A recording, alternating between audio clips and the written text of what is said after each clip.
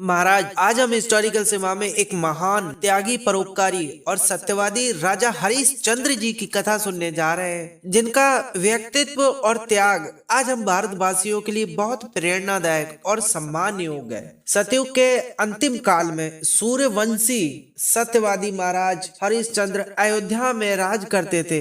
वे अयोध्या के राजा थे। वे बड़े सद्गुणी महापुरुष थे और सदैव पुण्य और तप करने में ही उनका समय व्यतीत होता था। वे बड़े ही विद्वान, सत्यवादी, पराक्रमी और दयावान थे। उनके राज्य में सत्य का ही शासन था, सत्य ही न्याय था और सत्य के सिवा कहीं भी मिथ्या व्यवहार न था। मनुष्य मनुष्य में पूर्ण समानता थी और उस धर्मराज में कोई मनुष्य किसी से बढ़कर सुख सुविधाएं नहीं चाहता था। सत्यवादी राजा हरीश चंद्र के राज में न्याय का तराजू सबके लिए बराबर था। उनकी सती साध्वी महारानी शैब्या भी धर्म, सत्य और न्याय के प्रति वैसा ही अनुराग रखती थी जैसा कि राजा हरीश चंद्र का स्वभाव था। महारानी शैब्या, कुछ स्थानों पर तो इन्हें तारामती के नाम से भी जाना जाता है। राजा हरीश चंद्र की महारानी शैब्या के भी अगर बलिदान, त्याग और उनके सैक्रिफाइस देखे जाए तो वह भी एक किताब लिखने योग्य काफी है। एक समय स्वर्ग लोक में सभा चल रही थी कि जिसमें देवराज इंद्र, विश्वामित्र, गुरु वशिष्ठ और अन्य देवगण बैठे थे और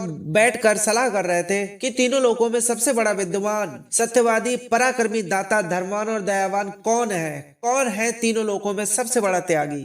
तब गुरु वशिष्ठ जी ने धरती के राजा हरीश चंद्र जी के बारे में बताया। विश्वामित्र जी को विश्वास ना हुआ कि कोई धरती पे भी भला इतना त्यागी, परोपकारी कैसे हो सकता है। तब गुरु वशिष्ठ जी ने विश्वामित्र जी से कहा कि भगवान, राजा की सत्य प्रियता, उदारता और दानशीलता की बड़ी प्रशंसा मैंने कर ली, लेकिन भगवान आपको इन बातों पर यदि विश्वास नहीं है, कहा कि भगवान आप स्वयं जाकर राजा हरीश चंद्र की परीक्षा ले सकते हैं और देख सकते हैं कि तीनों लोकों में सबसे बड़ा पराक्रमी, दाता, धर्मवान और त्यागी कौन है। और यदि राजा हरीश चंद्र से भी बड़ा कोई त्यागी और परोपकारी हो तो हमें भी बताइएगा। देवताओं के कहने पर विश्वामित्र जी राजा हरीश चंद्र की परीक्षा लेने के लिए धरती पे आ जाते हैं, एक ब्राह्मण महर्षि का रूप लेकर राजा हरीश चंद्र जी के पास आते हैं। जब एक दिन राजा हरीश चंद्र जंगल में शिकार खेलते हुए और शिकार के पीछे भागते हुए मार्ग भूल जाते हैं, तब विश्वामित्र जी एक ब्राह्मण ऋषि के रूप में राजा हरीश चंद्र जी के सामने आते हैं और एक महाविशाल यज्ञ हेतु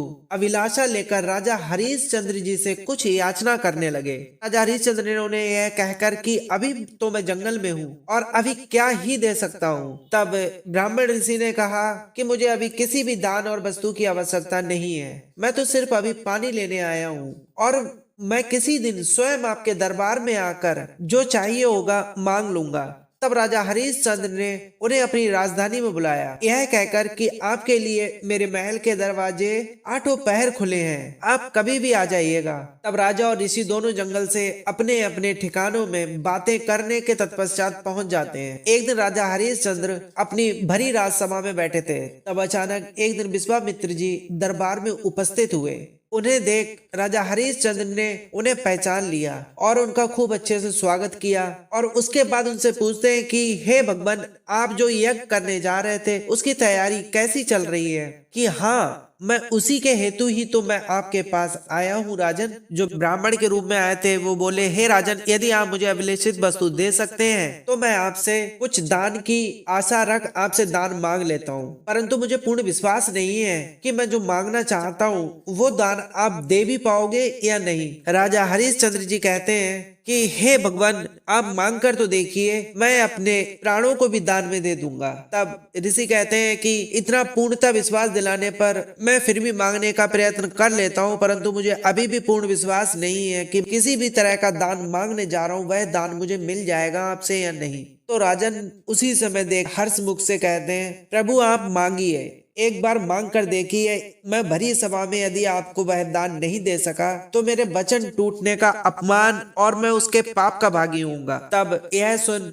गुरु विश्वामित्र जी, जो ब्राह्मण के रूप में सभा में प्रस्तुत थे, यह पूर्ण विश्वास से कि ठीक है, यदि आप मुझे मेरी अभिलाषित वस्तु दे सकते हैं या मुझे कोई भी जो दान मैं चाहता हूं, जिसकी आशा लेकर आपके पास आया हूं, यदि वह दे सकते हैं, आपका राज्य, आपका धन, वैभव, सारा यश, धन दौलत, आपकी पूरी जागीर मैं मांगता हूँ, अपना राज्य और सर्व सुख मुझे अर्पण कर दीजिए। वहां दरबार में बैठी पूरी राजसभा यह न देने योग्य है और न ही मांगने योग्य, परंतु राजा हरिश्चंद्र जी तो राजा हरिश्चंद्र ही थे। उन्होंने कहा, हे भगवान, यह तो कोई मांगने योग्य रहा ही नहीं, यह तो मैं हंसते हुए आपको दे दूंगा। यह सुन पूरी सभा रोने लगती है। तब राजा हरिश्चंद्र जी उसी समय एक हर्ष मुख से और एक मुस्कुराते चेहरे से कहते हैं कि मैं भरी सभा के बीच राजा हरिश्चंद्र अपनी सर्वत सभा के सामने और पंचों तत्वों को साक्षी मानकर अपना सारा राजपाट, सुख और धन तुम्हें दान करता हूँ ऋषिवर। अपना सभी राजपाट दान करने के बाद राजा हरिश्चंद्र के मुख पर तो एक नूरानी मुस्कुराहट थी, क्योंकि राजा अत्यंत दानी और उदार थे। ज्ञानी ऋषियों और ब्राह्मणों को संतुष्ट करने में वे कभी भी किसी भी त्याग से नहीं हिचकते थे। उन्होंने तुरंत अपना राज और सर्वस्व अपने मुस्कुराते मुख से विश्वामित्र जी को अर्पण कर दिया। इसके बाद विश्वामित्र जी ने उनसे फिर कहा कि दानों उपरांत दक्षिणा भी दी जाती है, तुमसे दान के बाद कुछ दक्षिणा की भी आशा रखता हूँ। लेकिन अब राजा दक्षिणा कहाँ से दे, क्योंकि राजपाट और सब खजाने तो वे पहले ही विश्वामित्र जी को दान कर चुके थे। स्त्री और पुत्र के अतिरिक्त उनके पास कुछ भी ना बचा था। प्रजा उस समय रो रही थी, राज में सर्वत्र शोक छा गया। तब थोड़ा समय मांग कि मुझे कुछ समय दे ऋषिवर। तब राजा हरिश्चंद्र अपने पुत्र स्त्री सहित विदा होने लगे। तब विश्वामित्र जी ने सामने पहुंचकर उन्हें दक्षिणा देने की प्रतिज्ञा की याद दिलाई कि मुझे जल्द दक्षिणा मिल जाए तो अच्छा होगा, अन्यथा मैं तुम्हारे द्वारा दिया सारा धन, सारा दान तुम्हें वापस कर दूंगा। राजा हरिश्चंद्र ने छाती ठोक कर मुस्कुराते चेहरे से कहा, मैं आपको आपकी दक्षिणा अवश्य दूंगा। विश्वामित्र ने कितनी ही बाधाएं उपस्थित की हरिश्चंद्र जी के राह में, लेकिन राजा हरिश्चंद्र उन सभी को पार कर काशी पहुंच गए। काशी में भी विश्वामित्र जी ने ब्राह्मण का वेश बनाकर उनकी कितनी ही कठिन परीक्षाएं ली, पर सत्यवादी हरिश्चंद्र सभी में उत्तीर्ण होते गए। विश्वामित्र जी को दक्षिणा देने के लिए अंत में हरिश्चंद्र ने अपनी रानी शैब्या और पुत्र रोहित को एक बुजुर्ग ब्राह्मण के हाथों बेच दिया। विश्वामित्र के आने पर हरिश्चंद्र ने उन्हें वह धन दे दिया। भगवान, अपनी स्त्री और पुत्र को बेचकर यह धन पाया है मैंने, इसे लीजिए और मुझे ऋण से मुक्त कीजिए। पर विश्वामित्र इससे संतुष्ट न हुए। उन्होंने कहा कि मुझे एक महान यज्ञ करना है, जिसके लिए यह धन तो बहुत कम है। अंत में विश्वामित्र के बहुत आग्रह करने पर हरिश्चंद्र को स्वयं ही एक डोम के हाथों बिकना पड़ा। डोम जो शमशान घाट में चिताओं को जलाने चांडाल का कार्य करता है। राजा हरिश्चंद्र को स्वयं को ही एक डोम के हाथ बिकना पड़ा फिर, और जो धन मिला है उन्होंने प्रसन्न चित्त से मुस्कुराते चेहरे से विश्वामित्र जी को दे दिया। और यह सब देख देवताओं ने राजा की बड़ी प्रशंसा की। तब राजा हरिश्चंद्र चांडाल के साथ उसकी दास्ता करने लगे। चांडाल का सारा काम वह खुद करने लगे। उधर उनकी रानी शैब्या पुत्र सहित उस ब्राह्मण के यहाँ दास्ता करती थी। एक दिन राजा हरिश्चंद्र सारा दिन दाह करके और अपने परिवार के बारे में सोच रहे थे और शमशान की सारी लकड़ियों को इकट्ठा कर वहां की सारी व्यवस्था को देख रहे थे कि इसी बीच तुरंत रात में शमशान में अचानक एक घूंघट की है एक स्त्री, एक औरत के रोने की आवाज आती है, जिसे सुन राजा हरिश्चंद्र उसके करीब जाते हैं और उससे उसके रोने का कारण पूछते हैं।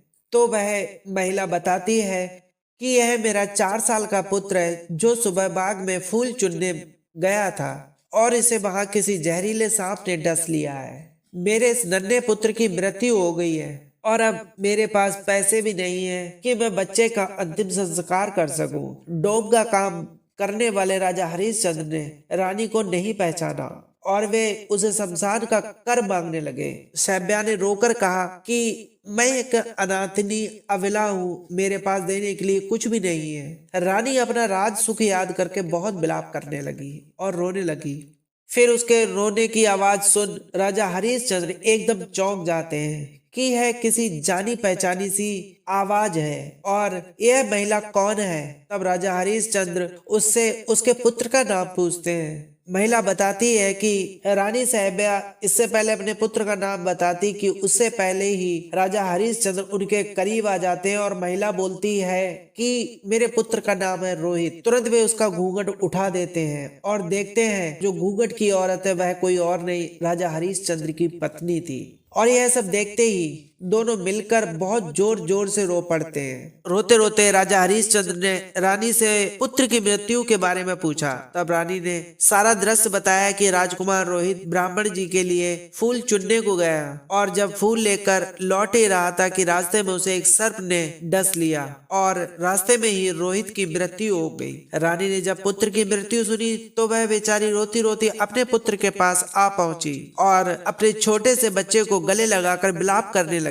जिस सर्प ने रोहित को डसा था वह विश्वामित्र जी के द्वारा प्रेरित उन्हीं के द्वारा भेजा हुआ था। और यह सब सुन दोनों विलाप करने लगे। कर्जवान राजा हरिश्चंद्र कफन नहीं ले पाएंगे, यह देख रानी साहिबा अपनी आधी साड़ी उतार कर फाड़ देती है और कहती है कि मैं आधी साड़ी से अपना तन ढक लूंगी और यह आधी साड़ी मेरे पुत्र के कफन के लिए काम आएगी। हे स्वामी, मेरी इस आधी साड़ी को मेरे पुत्र का कफन बना दो। फिर वे पुत्र के संस्कार के लिए साहिबा का कर माफी कराने के लिए अपने चांडाल स्वामी के पास गए। लेकिन इधर विश्वामित्र की माया को देखिए कि उन्होंने साहिबा को ही अपने पुत्र का वध करने वाली और उसे बाल घातनी प्रसिद्ध कर दिया। और चांडाल ने हरिश्चंद्र जी को आज्ञा दी कि इस बाल घातनी को मार डालो। राजा हरिश्चंद्र अपने स्वामी का आदेश सुन लाचार होकर तुरंत अपने हाथ में खड्ग उठा लेते हैं। खड्ग लेकर उसे मारने के लिए ऊपर उठाते हैं। उसी समय विश्वामित्र सहित देवताओं ने पहुंचकर हरिश्चंद्र जी का हाथ पकड़ लिया और राजा हरिश्चंद्र को विश्वामित्र ने अपने गले से लगा लिया। यह सब दृश्य देख स्वयं विश्वामित्र जी के आंखों में आंसू आ गए। उन्होंने राजा के सत्य व्रत की बड़ी प्रशंसा की, राजकुमार को पुनः जीवित कर दिया और विश्वामित्र ने प्रसन्न होकर अपने कितने ही तप का फल राजा को दिया। राजा हरिश्चंद्र को अयोध्या का राजपाट वापस दे दिया और विश्वामित्र राजा हरिश्चंद्र जी से कहते हैं कि हे वत्स, ये केवल तुम्हारे दानी, त्यागी और धर्मवान होने के लिए देवताओं के कहने पर यह मैंने एक परीक्षा ली थी। हम देखना चाहते थे कि तीनों लोगों में सबसे बड़ा त्यागी दानी कौन है। मैंने गुरु वशिष्ठ की बात को नहीं माना, लेकिन आज मैंने पा लिया है कि तीनों लोगों में तुमसे बड़ा दानी त्यागी कोई नहीं है। और कहा कि हे वत्स, जब तक धरती पे तुम्हारे जैसे राजा हैं, तब तब स्वयं स्वर्ग लोक, देवलोक भी धरती का गुणगान करता रहेगा। हिस्टोरिकल सेवा के माध्यम से मैं आपको हमारे भारतवर्ष के सभी पुरातत्व, एंशिएंट से स्टोरी और सभी इतिहास काल यूं ही बताते रहूंगा, सुनाते रहूंगा और आप तक पहुंचाते रहूंगा। Thank you to listening and watching this Guru Katha. जय श्री राधे।